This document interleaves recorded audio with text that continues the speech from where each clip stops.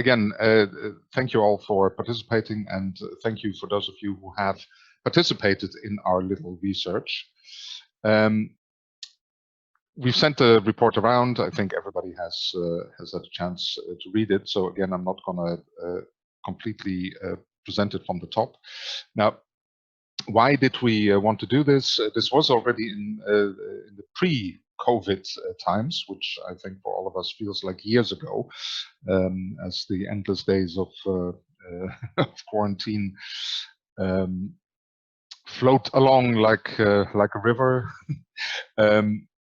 But I think that the topics that were raised, the findings that we had, are just as valid in COVID times and in post-COVID times, because what we saw in the feedback are a couple of very stark things.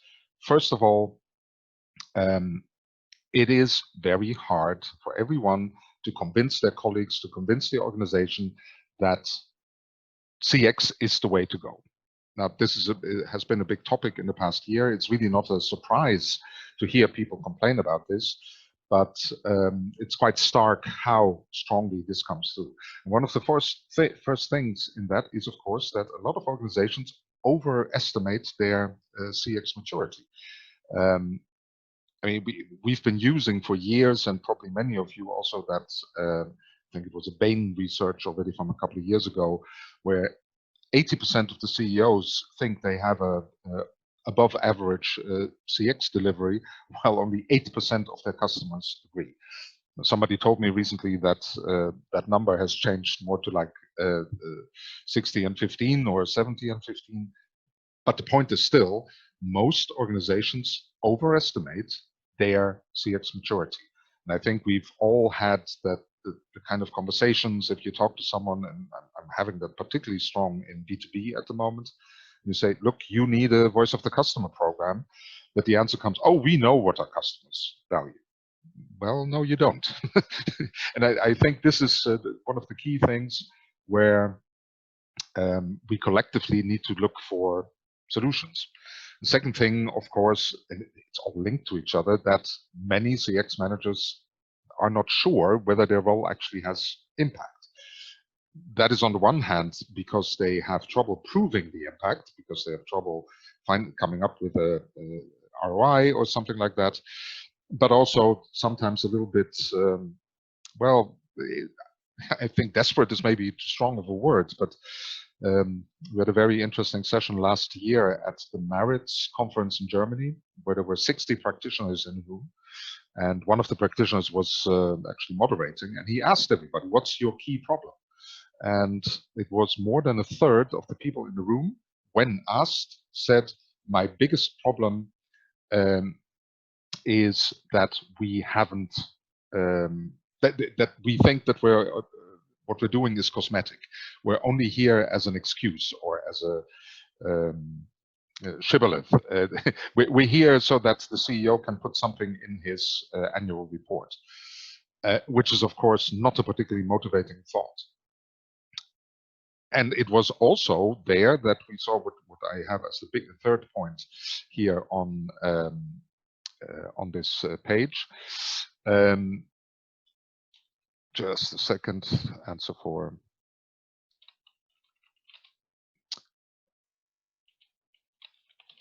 Sorry, had to answer something in the chat. The third point is that and what everybody in that room expressed at the Merits conference, oh, wow, we thought it was so particularly bad in our company, but it turns out it's this bad everywhere.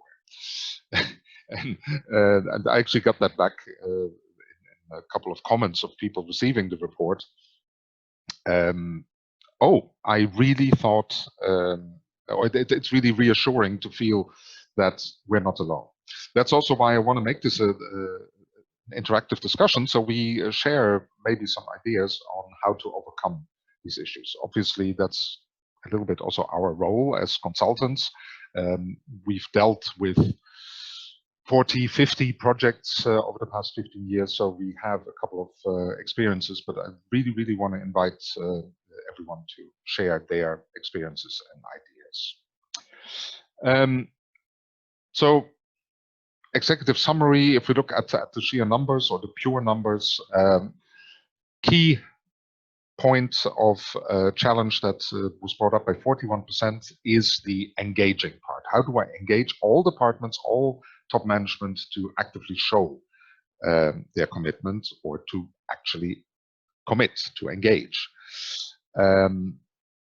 Secondly, interestingly enough, is how do I show the return on investment, and then how do I establish the actual data collection processes, technology implementation? There's a big disconnect between the CX department, which is often located falsely, I think, in marketing departments, and IT departments that see them as airheads that just want things that don't really matter for the company.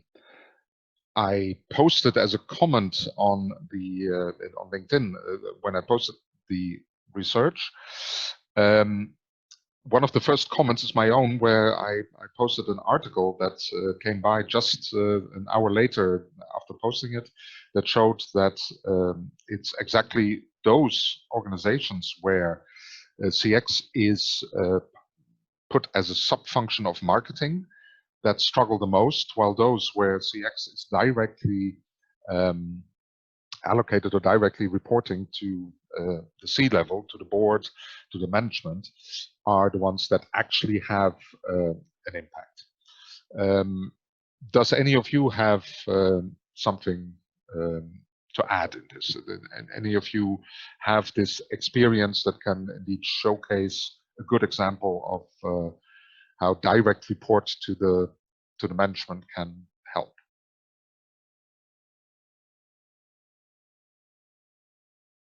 While you're trying to find the raise hand button or something else, I'll continue. Then if we look on the right side here, very clearly companies that don't even have a defined CX role, it's a bit of an open door, they have the lowest maturity. And if there's a low maturity, then it's really hard to operationalize. In other words, we're still in the phase of finding ourselves, figuring out what is this whole topic of CX, how do we go about it? So operationalizing it, making sure that it has structural processes, that it is connected to KPIs, etc., is a huge challenge at that point. And of course, once you reach the higher maturity in the sense of we operationalized it, then that main problem of engaging employees and management kicks in. At the end of the day, then we also checked the correlation between highly developed voice of the customer programs. Then there's still this breakdown between actual outcomes of the voice of the customer and implementing customer-driven improvements. Again, the key point here is it seems to hurt everywhere. So let's just go quickly through the actual survey.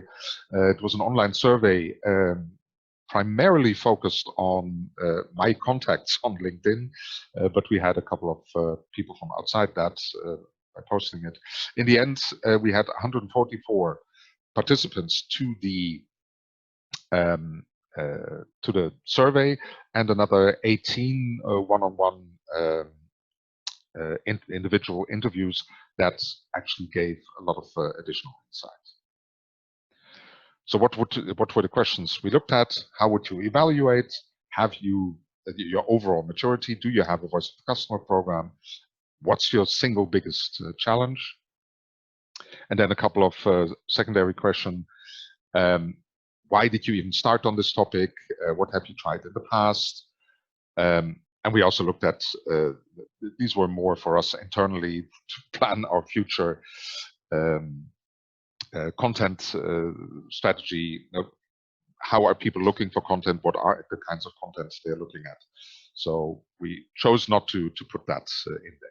If we look at the participating CX professionals, so 13 people said we're not actually CX people, but our title is marketing, and we're also responsible for CX. 87% have a CX title, which is a little bit of a self-selection bias, of course, because my LinkedIn audience consists mostly of people who have a CX title.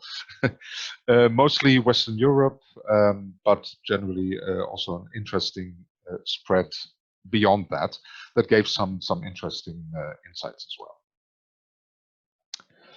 So how would you evaluate the state of customer experience? About half has not started or is only making the first steps. So that's quite interesting, and it's actually in line with something we saw in a German research that we did with a couple of partner companies last year, that in an awful lot of companies, the whole topic of CX is still new. It's only just begun, which is for people like us who have been at it for 15 years, and I see some of the participants here, like Sandra and Michael and Mikkel, who have been on it, and Lisa, who have been on this topic for many years as well. It's quite surprising to see that half the people, and that's many people, if you look at the correlation, many people who have CX in their title say we're still only making the first steps. Now, half says, yes, we have a running CX program in place. Then we found, quite interestingly, that there's a bit of a Venn diagram between people who have a CX program and who have a VOC program. So some who say we have a VOC program say, but we're only just at the beginning. And some who say, yeah, we have a CX program in place, do not have a voice of the customer program, which for me is rather surprising, because in my view, you cannot have a good CX program if you don't know what the voice of your customer is. So to us, that was a major topic jumping out. And again, as I already mentioned in the summary, there's a big thing about maturity. If it's not not a dedicated CX role, that seems to be a clear indication of a lower maturity. Then again, the self-assessed maturity, it might be overrated. How my friendly colleague Lynn wrote it, I dare say it is overrated. As some of you know, we have a very well-established CX maturity assessment, the CXMA, and I don't know, have we run it 20 times? 20 times full scale, another 20 times in a light mode. The one singular outcome every time is that this big shock effect between the different departments, because most of the departments have an over assessment, are, let's say, too confident about how mature the organization actually is. That's, for instance, one of the important things. If you want to do something internally, of course, obviously, give us a shout. We have some self-test questions that you can just use.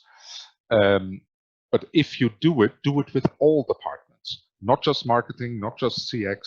Also ask sales, ask logistics, ask senior management for their self-assessment on how mature, how well developed the customer experience is in the company. And you will see shocking differences. For instance, we very often see a major difference between sales and marketing. We're very, and it's not that the one by definition says we're really bad on all questions and the other one says we're really good. They have different topics where they talk about. Marketing, for instance, typically says, oh, but we have pretty good insight into customers. Maybe not a voice of the customer program, but we got this really good insight. If you ask sales, they may say, we have no idea because, oh, does marketing do all that research? We never see it. So it highlights, it brings out how the self-assessment sometimes is really also driven by the silo thinking. They look at what's happening in their silo and the good performance or lack thereof within their own silo, but they're not having the global picture. So it's very hard for them to understand that the whole company actually has issues in CX that they themselves might not see. And the same very strongly then, of course, goes to confronting, for lack of a better word, the senior management with this, they typically think that the situation is much better than it is.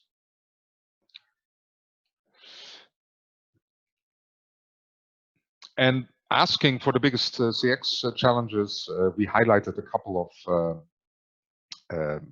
topics that are typical, or a couple of responses that are quite typical across the board.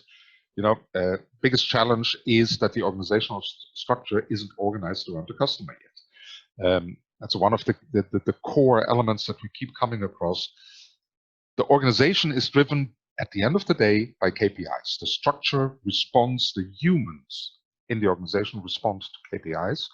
And if those are not customer focused, you will not get an organizational structure that is organized around the customer.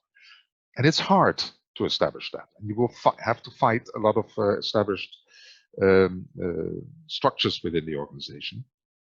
And then the other topic, our company is too big. It's very difficult to change anything. I mean, last year we were doing an audit of the whole voice of the customer system at Shell. Had been running for 10 years, so very well entrenched. We found that, let's say, there was certainly a lot of room for improvement in how the KPI, the voice of the customer KPIs, were transported into the rest of the company. And then if you look at it, okay, that means 450,000 people that need to be retrained on this KPI. That's quite a decision to take, and it's quite a difficult process also to then first convince that in itself, all the effort that will go into that will actually lead to a clear ROI. So before you propose this to the management board or to the board or the C-level, that's quite a decision to take as a CX manager. And of course, getting internal alignment, getting focus, so that we can start creating impactful changes. Well, how do you align people? How do you tell people what you've been doing so far is wrong? Well, spoiler alert, that's not how to tell it, but still people are comfortable or either comfortable in the role like they're fulfilling it today, or they feel overworked anyway. And I don't have the mental space and I don't have the time to deal with a new topic like this. So we try to capture all this in the 4 stages that you need to go through. First of all, of course, you need a strategy. If you don't have a strategy and if you don't have a vision, how are you going to translate your customer value proposition into a customer journey? How are you going to define what does that mean at each step of the journey? What is the experience we need to deliver? How do we measure that? What are the KPIs? What is it that we want to achieve from a customer's point of view, from an organizational point of view, from a commercial point of view? If you don't have that, it will be almost impossible to convince the rest of the organization. Secondly, you then need to integrate, operationalize. You need all the supporting mechanisms, and KPIs for us are very important there. And that's where it gets really complex, because the first part, okay, that's I mean, to put it very bluntly, you can achieve that with a couple of people in a room for a couple of days with a lot of Post-its. You still need to convince the senior management, you need to convince a lot of people, but still it's a relatively limited process. The second part, translating that into operational reality, is hugely complex, because that's when it gets cross-departmental, where you need to bring together technology, data, structure, sales and marketing changes. And at the same time, I mean, it's here, it's sequential, but these 2 things, of course, need to happen at the same time. You need to make sure that the people are willing, skilled, and able. They need to be convinced in their heads and hearts that this is the right thing to do. They need to have the skill set and the tools, and they need to be empowerment. All of these are breakdown points when we're looking at challenges that people tell us. And if we don't bring the improvement, if we don't show actual improved CX, which leads to an ROI, however you measure it, if the value is created, it needs to be captured and it needs to be communicated. to make sure that your CX program creates permanence, that there's an existence management. So it is quite a task to start on to get all of this right. And of course, that's one of the key elements as well. You cannot achieve this in a couple of months. That's one of the, when we come back to that group of people who feel that maybe they just have an alibi function, that's also where it goes wrong. Oh, we'll just appoint a CX manager and he'll make sure, or she will make sure that everything will be right in 6 months, right? It's just another campaign. And of course, all of you know that it takes years. So we already captured this in the executive summary. It's the integration, the operational reality, and the engagement where the real challenges are. That notwithstanding, there's still some people who say, well, we are stuck in the envisioning and the strategizing moment. We don't know how to choose the right path. And I've just been working with a big global beer company. They are still stuck a little bit. The project has been halted due to COVID, but hopefully will start again in 1 or 2 months.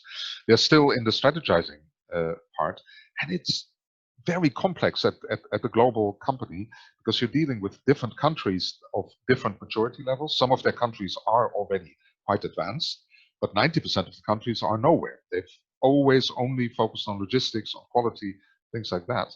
So how do you establish that vision?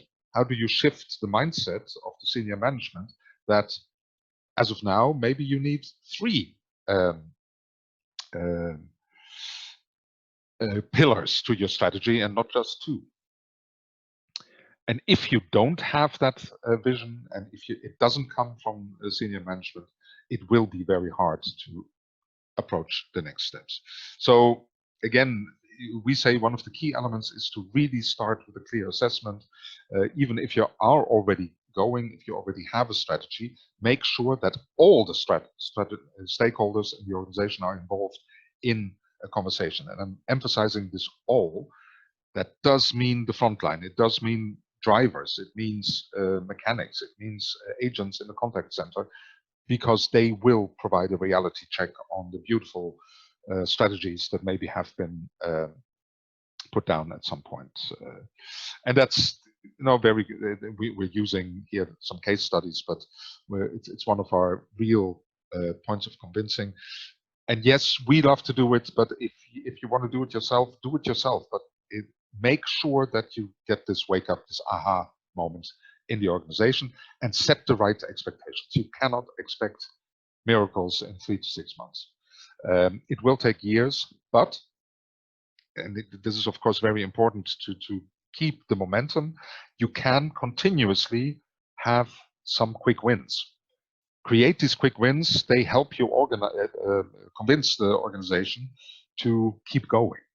So don't make it just another campaign, but also don't make it this mysterious, huge program that just keeps running and chugging along in the background and never shows any results. It's about agile, quick little projects, execute, make a success, demonstrate, next. And along the line, use a simple business case. Start with a simple business case. The complex business cases can come later. And we are absolutely convinced that you need to use the customer lifecycle. So it's a different word for the customer journey, but this is the big lifelong journey that a customer goes through in his life, in his partnership with you as a company, so that you really get an overview of the rational and emotional needs of the customer, commercial goals, how you fit all of that together, where the data come in, how you manage it. If you don't use this, you will never have the total picture. Again, we're very adamant about this, and I know a lot of companies don't do this. I also see a lot of companies where the customer journey has been sold into as a miracle tool. It's not that either. It's your management board, it's your Kanban board, it's your overview. It's not a miracle. It's a way of allowing you to get an insight on what's going on in the company. So that's another one of those really essential elements, essential tools that you should use. And I'm not talking about necessarily highly complex customer journey mapping and customer journey management tools. I'm talking about that one overview. When we're looking at integration, at operationalization, or whatever we want to call it, we already mentioned, it is about linking to the right KPIs.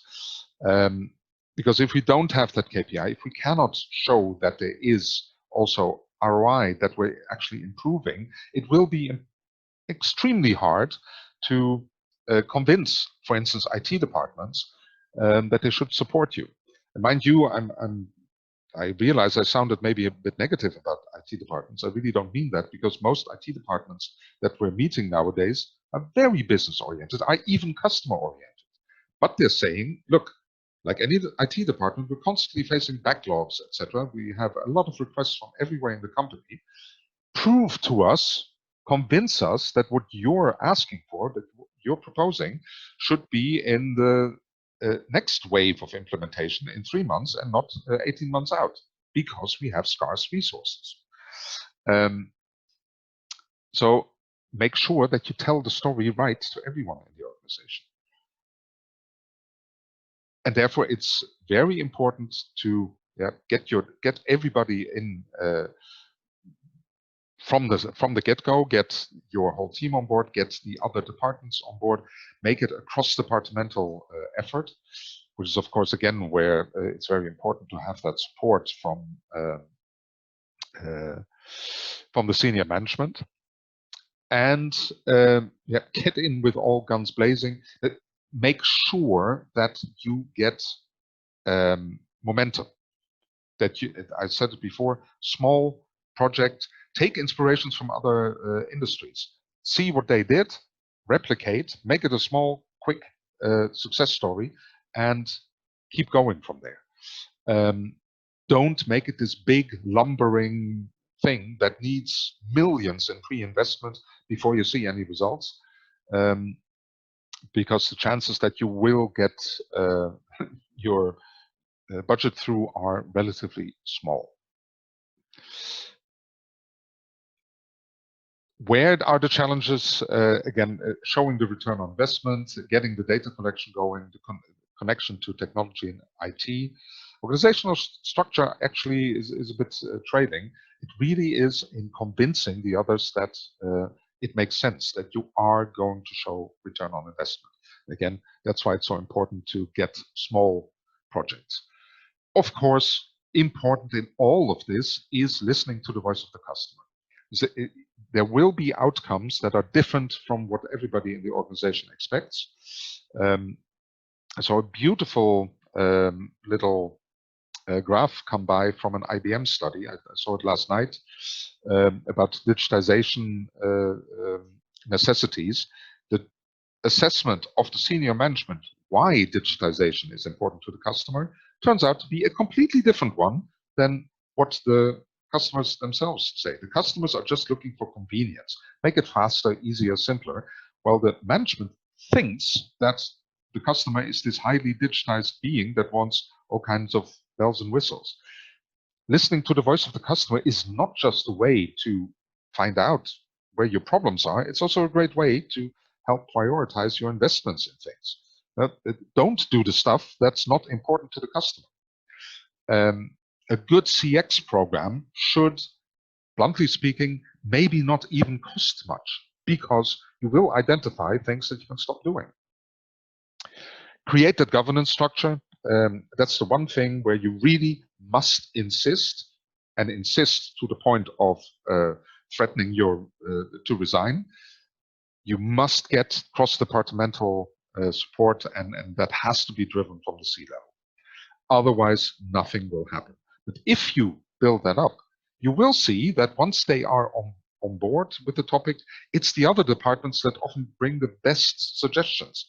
We've had it at various financial service providers where it was the risk management who were considered the death of customer experience, in practice turned out to have the greatest ideas. And start with a simple business case. For instance, if you're using NPS, you can start with a relatively simple business case, just proving the extra lifetime value of promoters versus the cost to the organization of detractors. Just as a simple thing that everybody can follow, that everybody can understand. And you can, once you've established that, you can start building up from there. Engagement is, of course, a big challenge. Hey, great, we've got this new idea, customer experience, and the people go, oh, they've got something new. Don't we already have 7 big strategic initiatives? Isn't this another bloody thing on top? So yeah, that's where you really need to start your best convincing, because if we don't have the rest of the organization willing, skilled, and able, you won't be able to turn all of this into a success. You need to keep talking about the added value of the NPS or the CES, whatever it is that you're using to measure. You need to tell that customer story. Nothing convinced the people in the organization better than actual customer voices. Look what they're telling us. And at the same time, showcase those success stories you create, showcase the ROI. So the one helps convince in the head. Look, dear colleagues, this is what will help your career in the future. And it helps in the heart. Because believe me, nobody gets up in the morning and says, ooh, I'm really going to ruin a couple of customers' days today by giving them bad service. But often they're stuck in a situation, they're stuck in a rut that they feel they can't deliver anything else. And obviously, very important in all of this is a good employee experience. It's a whole topic in itself, of course, but and we'll get back to that, but let it be said relatively simply, unhappy employees are not capable of delivering happy customers. And the other way around, even unhappy customers make your employees unhappy by treating them badly. So first actions to focus on, gather those customer stories, whether it's through NPS or one-on-one interviews, and those can be literally 10-second interviews. The most impactful presentation we ever gave was with the management board of Philips already 15 years ago. We had just started an NPS program, and we took 10-second videos of a couple of customers. And I still, to the day of today, I like to shock people, because the first video we showed was a customer sticking his finger in the camera, like I'm doing right now, which I think any communications expert will tell you not to do. But it's so evocative. It was a customer saying, Philips, you suck. You really ruined my business. You did everything wrong. And the CEO, after a stunned silence, first of all started laughing madly, but then said, these are the videos that I want to be shown to all, still 400,000 employees. Philips had at the time were 350,000, to all 350,000 employees next Monday. It's stories, it's people, it's emotions that bring these things to life. Secondly, make sure that you keep talking about your employees. Voice of the customer through the employee, VOCE, is incredibly important. They are your early warning system. They're your canaries in the coal mine. They know what's going on. So ask them, so what do you think how this customer felt, or how customers feel in general? How easy was it for you to solve this customer's problem? That's where your burning platforms are. If your agents or your mechanics or your frontline says, well, it was terribly difficult to solve these problems, you know where to start solving. You don't even, bluntly said, you may not even need a voice of the customer program. Your first burning platform comes from your employees. And finally, keep looking at your KPIs. People will only act upon KPIs. And every company where I come, most KPIs are not customer friendly, and often they are actually customer unfriendly, actively customer unfriendly. They're typically also employee unfriendly. So start asking your employees. They can tell you which of the KPIs that they need to work by are actually anti-customer. set up kill the KPIs get together on a regular basis, which is also a great way of showing to the rest of the organization that you're serious. They think that these terrible KPIs are your way of telling them that they don't matter. While if you tell them, hey, tell us what is wrong and show us what we should change and then do it, is an incredibly powerful way to start that willingness and that engagement in your staff. So finally, the improvement, act on the customer voice and the insight it brings. Big challenge, how should we prioritize? That's, of course, a function of having trouble to establish those ROI models, making sure that we don't just have a checkbox that's ticked, but actually going into actioning. Example from one of the global organizations we recently audited, they had established that KPI of, or the benchmark, I should say, of 8.5. Overall customer score across the various metrics they use should be 8.5. What's the consequence of that? It becomes a tick box. Customer has scored 8.5, tick, done. He's in the green, we don't need to look at it anymore. Well, when we dove into the comments that were there, some of these above 8.5 customers actually said literally, but this will not last. We're about to leave because there's X, Y, and Z problem going on. Your representative is mistreating us or whatever. So make sure that it's not a checkbox. Make sure that the KPI is actually the correct one. For instance, the KPI should be, have you read the comments? Have you closed the loop? Have you called the customer back? It should not be, I cannot say it any differently, a stupid number that turns into a checkbox. And indeed, how to make sure that we keep momentum and don't fizzle out. And here's some of the topics I already mentioned, really come back. Show the money. Show how we have had successes. And I will briefly show this presentation. It's not about that, but our little CCC model is about create the value by closing the loop, capture the value. In other words, make sure that you actually have the model that allows us to prove that value was created through closing the loop, through CX improvements, and then communicate it. If you don't do all three of those things, you don't create that positive movement and that ongoing momentum. But yes, focus on quick wins first. Small, clear, identifiable projects that showcase success, and they will be. Every single Voice of the Customer program, every single CX program I've seen has a plethora of quick wins, of possible small projects. For instance, one of the key things we find when we establish the first Voice of the Customer program is that somewhere between 50 and 80% of all the problems highlighted by the customers are communication related. In other words, very easy to change by changing tonality, by changing the words, or by changing the frequency of communicating, up or down. That's easy, that's cheap, just do it. And you will see that customers suddenly show better scores, show higher satisfaction, and act upon that and actually start buying more with you. Showcase that, communicate it into the organization, and then again, the CCC model, demonstrate this, demonstrate. Your role as a CX manager is as much communications guru as operational wizard.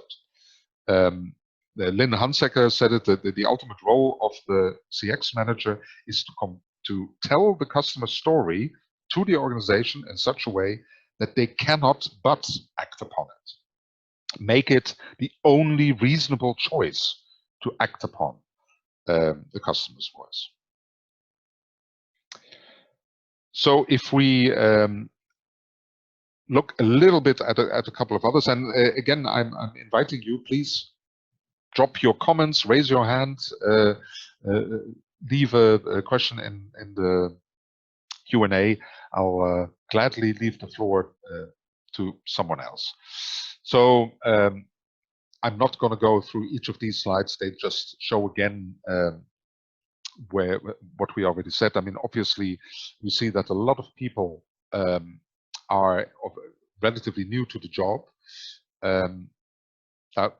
At the same time, if we compare this number, how many people are actually new to the job, which is about half,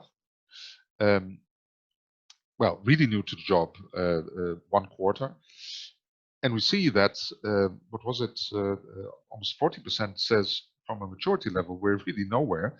It showcases the pain of many CX managers. They've been working at it for more than a year, for more than 2 or 3 years even, and still feel they're not really making progress. Now, obviously, that perception of what is your biggest CX challenge is always subjective. Once you crossed one hurdle, the next hurdle is, of course, the biggest one, and it's a very personal thing. So just again, to bring it somewhat to a close, I said we have this virtuous CX value cycle. This is really, I dare say nowadays, a must have. If you do not go through these steps, you will not succeed. And it's at the smaller level of setting up a voice of the customer system. All 4 of these elements are relevant, but just as much if you look at the overall CX program. You need a system that delivers actionable insights through the right systems, the right metrics, the right processes. You know, who am I asking? Which stakeholders do I gather information from? When do I ask them? Is it a touch point? Is it a relational? Is it ongoing? What do I want to ask from them? Is it questions? Is it also observational? Is it NPS, CES? What is it that I need to ask that helps me improve CX for the customer? And then obviously, how do I ask that? Through which tools, platforms? Is it email? Is it observational? Is it asking the agents, etc.? So that's I have given several webinars on that topic already. So feel free to watch them or give me a shout if you want to have a personalized webinar on that topic, how to set up a working voice of the customer system that delivers actionable insights. But the key is, of course, then to make sure that you do act upon those insights.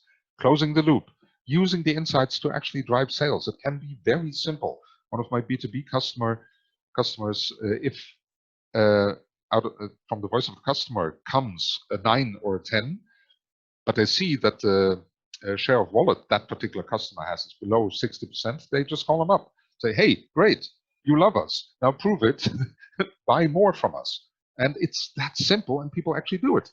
And in Germany alone, I don't have the latest number, but I'd say they create 60 to 70 million in extra sales per year, just through that. Call them up if they say that they're happy. Thank you. And of course, improving operational efficiency. And that can go from happier agents because they're getting less yelled at by the customer, which means reduced recruitment and training costs, to stop doing stuff that the customer is not appreciating. But it's not just about creating that value, you need to prove it. Show the value of CX, show the value of recommendation, then build a pragmatic ROI model. Again, this is a big topic. I can't cover that right now, and I have given also webinars about that, but make it simple and pragmatic. Start collecting the numbers you do have. Don't try to build a perfect model, but collect enough numbers that you can make it believable in the organization. And then ask the financial department to help you develop it from there. But then it has to be about the KPIs. And then, of course, communicate, showcase. That's how you make people willing, skilled, and able. So yeah, that's what we had to tell in this presentation right now. We have changed our positioning a little bit. it's a bit wordy. We're still working on it. I'd love to get your feedback about this as well at some point. It's based on the interviews. We asked, what are we good at and what is it that you need? And it seems to be that the biggest need is getting it done. Just get it done. We're getting stuck. We're not convincing people. And one thing we noticed is what's maybe missing is an understanding of the needs of all the stakeholders. As a CX manager, you have a tendency to focus on the needs of the customer. But for instance, what are the real needs of your senior stakeholders? What are the KPIs they're working with? Somebody said it yesterday very nicely in the CX chat. If you come to the board and you present and you use CX language, you're lost. You lost their attention within seconds. Use their words, use their KPIs. Find out what matters to them on a personal and a company level, and respond to that. The same for your colleagues. Make it relevant. What's in it for me is what any colleague at the end of the day will ask. He may not say it out loud because he doesn't dare to, but that's what it's about. What's in it for me? Why should I start listening to you? Why should I spend some of my scarce time and some of my scarce money and some of my scarce engagement with you? Because I know what it gives me if I, let's say, do a new negotiation with my transportation partner, if I'm the logistics manager. That's where I know how to focus my time, money, and engagement. Why should I give it to you? Speak their language. And the same is, of course, with the customer at the end of the day. Why should they spend time? Why should they spend money? Why should they spend engagement with us? So this is a little bit fresh and a little bit raw, but I'd love to get your feedback on that as well. We say, look, put the human in the middle, understand all the stakeholders' needs, and answer them. For instance, in time, make it short, make it fast. Don't ask for huge budgets. Ask for small budgets. Prove their efficiency, and effectiveness, and then go further. And that's how you build momentum. That's how you build engagement. And with that, I think I'm coming down from my soapbox. As you see, I speak with a lot of passion. I'm still very, after 15 years, still extremely passionate about this topic. And thank you for allowing me to share some of that passion with you. So again, I very much invite your feedback. You can also find some more of our white papers, webinars, presentations, etc., through futureLab.net/inspiration. So please have a look at that as well.